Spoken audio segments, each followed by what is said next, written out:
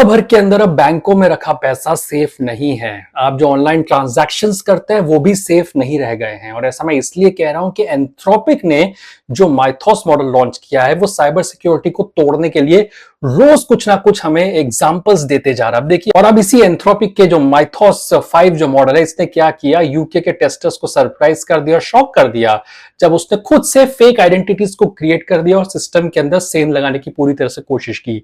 दुनिया भर के फाइनेंशियल इंस्टीट्यूशंस अब मैसिवली इन्वेस्ट कर रहे हैं कि कैसे अपने एआई और जो डिजिटल इंफ्रास्ट्रक्चर है उसको दुरुस्त किया जा सके। और अब हाल ही में इंडिया के अंदर भी एक बिल पास हुआ जिसकी जानकारी आप सबको है, जो अलाउ करता है कि बैंक्स कभी भी चार्जेस लगा सकेंगे यूपीआई ट्रांजैक्शंस के लेकर के, और वो मर्चेंट्स के ऊपर होगा।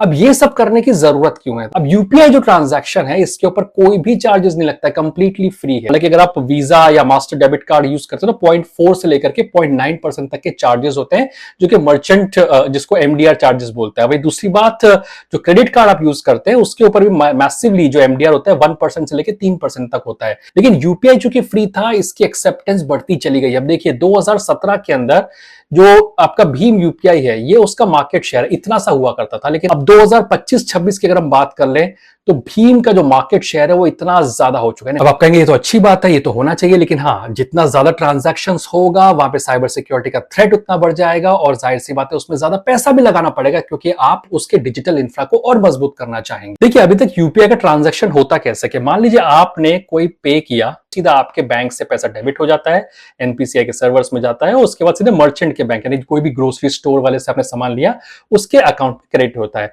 इस पूरी चेन के अंदर अभी तक कोई भी पैसा नहीं लगता है, और गवर्नमेंट कह रही कि आगे भी नहीं लगेगा। लेकिन अगर डिजिटल इंफ्रा को दुरुस्त करने के लिए हमें कुछ पैसा चार्ज करना पड़ा तो वो एमडीआर चार्ज यहां मर्चेंट बैंक पे लगेगा। अब आप बोलेंगे कि अगर मर्चेंट के अकाउंट पे से डेबिट होगा यानी मर्चेंट पर लोड आएगा तो जाहिर सी बात है वो कस्टमर के ऊपर डालने की कोशिश करेगा और चीजों के दाम बढ़ा देगा।